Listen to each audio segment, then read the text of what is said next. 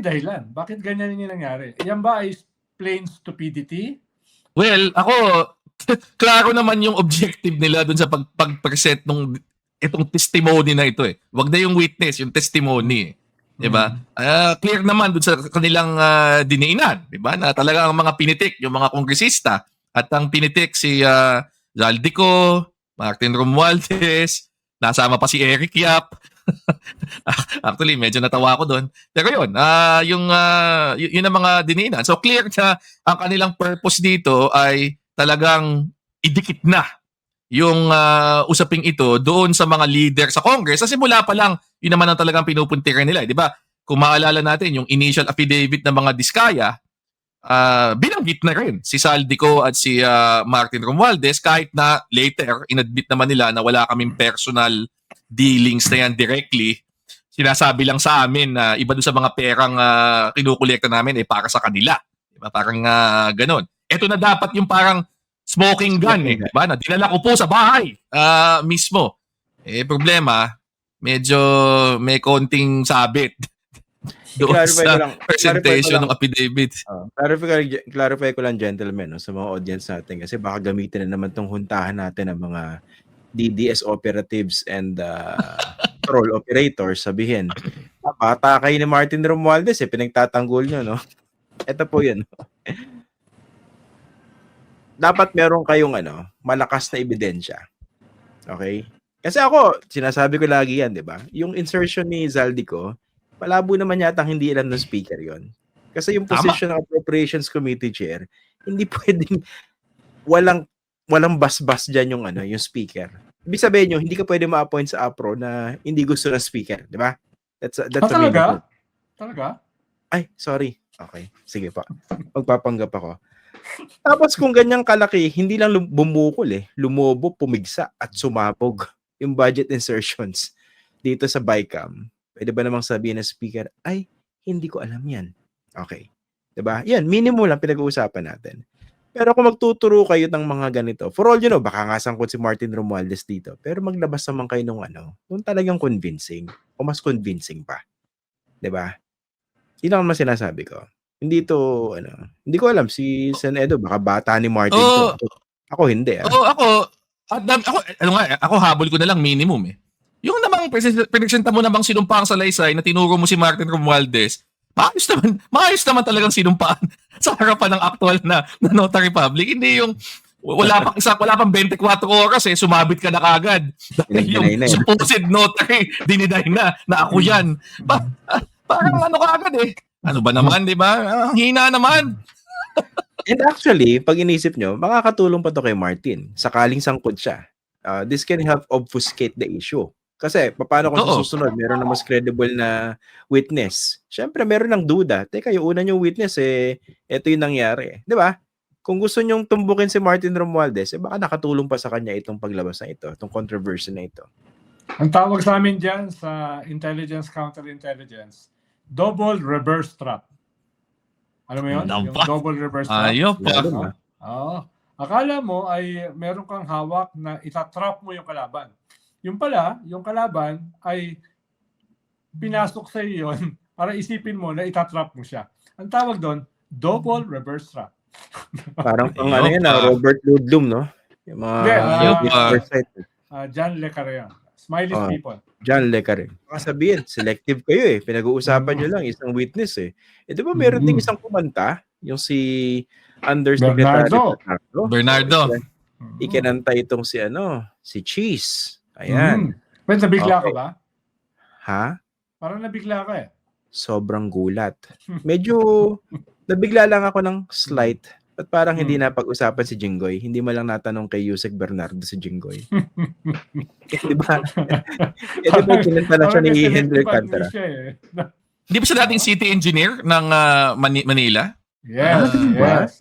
Tapos ang mayor si Erap. Ganun ba yun? Di ba? Tapos hindi nabanggit. Nabanggit lang once. Sino ba naka-point sa'yo? Sabi niya, si Mark Villar. Secretary Mark Villar. Tapos hanggang doon na lang. Hanggang doon na lang. Ito na naman. Baka sabihin nyo, medyo binubusisi lang namin yung isang witness Yun ang observation ko rito kay Yusek Bernardo. No? pwedeng totoo lahat ng yung mga sinasabi niya. Pero parang may mga pagliko eh. Di ba? Merong pag-iwas. Correct. Marami siyang hindi pa sinasabi. At least that's my Correct. feel. Mhm. Isang glaring Tama. doon yung kay Jinggoy. Kasi hindi ko baka sabihin na Jinggoy, oh, ba't binabanatan mo ako? Hindi naman ganun. Ang point ko lang, sa perspective na nag-inquire o nag-iimbestiga, binanggit na yung pangalan niya ni Henry eh. Di ba? From Bryce to Henry. Yung susunod, ba't parang huminto? Nagkalimutan. Ha? Wala na. Di ba? Ba't ganon? Oh. Kaya nga, May iba- dapat yung mga witnesses na yan, i-take with a grain of salt. Baka kasi mamaya gawing state witness eh. Maabsuelto, hindi na babawiin yung mga ninakaw, di ba? So dapat talaga dadaan sa karayom yung mga yan. Dahil sabi nga ni Ping Lacson kay Marcoleta, ba't mo dinedepensahan yung mga diskaya?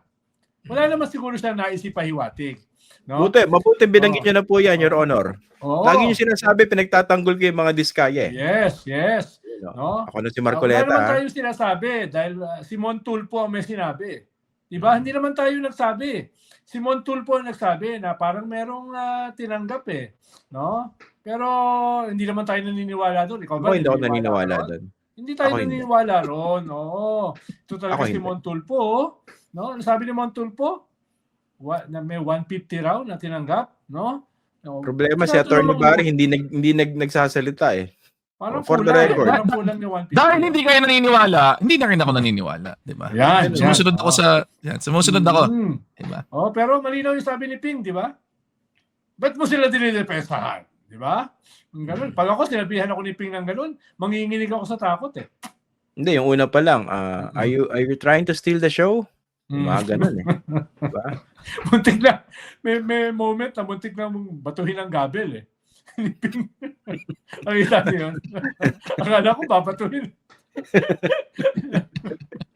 Crucial kasi itong si Yusek Bernardo. Pero I hope gagawin ng DOJ, di ba? Yung kanilang homework dito. Talaga mas palalabasin yung katotohanan, di ba? Tapos, yung kay Cheese, napakaseryoso ng kanyang binanggit, di ba? Nag-deliver siya ng pera doon sa alleged bagman ni Cheese. Anong tingin sa direction nitong investigasyon ng Blue Ribbon? Kailangan kasing may ipakita mabilisan, no? Malaliman, malawakan, no? na resulta itong investigasyon nito. Hindi pwedeng puro investigasyon lang. No, kailangan may makasuhan, may ma-freeze ang assets, may makulong eventually, may ma-recover na ninakaw, or else sasabog ito sa mukha ng presidente. Dahil kung na to lahat na ng tao nakatingin di alba kung sasakay ka ng taxi, tanungin mo yung taxi driver, alam lahat ito nangyayari. Parang Yes. ito yung di ba Barry, pag may impeachment, lahat ng Pilipino abogado. Oo. Dito lahat talaga nanonood. Alam nila yung blow by blow. At saka nakikipag-debate sa radyo. Oo, hindi yan pwedeng band-aid lang. Hindi na yan kayang ipagpag. Kailangan na talaga yan sa isang logical conclusion. At ang pangunahing tatamaan yung presidente, lalo na may nag-aabang sa gilid-gilid. May mga nagpaplano, no, ng kung ano-ano. No? Na iba yung mga madidilim na layunin, di ba? Kaya gano'n na lang yung statement ng CBCP last Sunday. No? Meron silang alam eh. Hindi lang nararamdaman, meron silang alam eh. Kaya minentain nila, maganda itong ginagawa natin, itong outrage, laban sa korupsyon, laban sa impunity, pero dapat within the constitutional framework. Don't throw the baby with the bathwater. No? Ano sabi? Ito, kabisado ni Christian. Be wise as doves. Be innocent as doves and wise as serpents.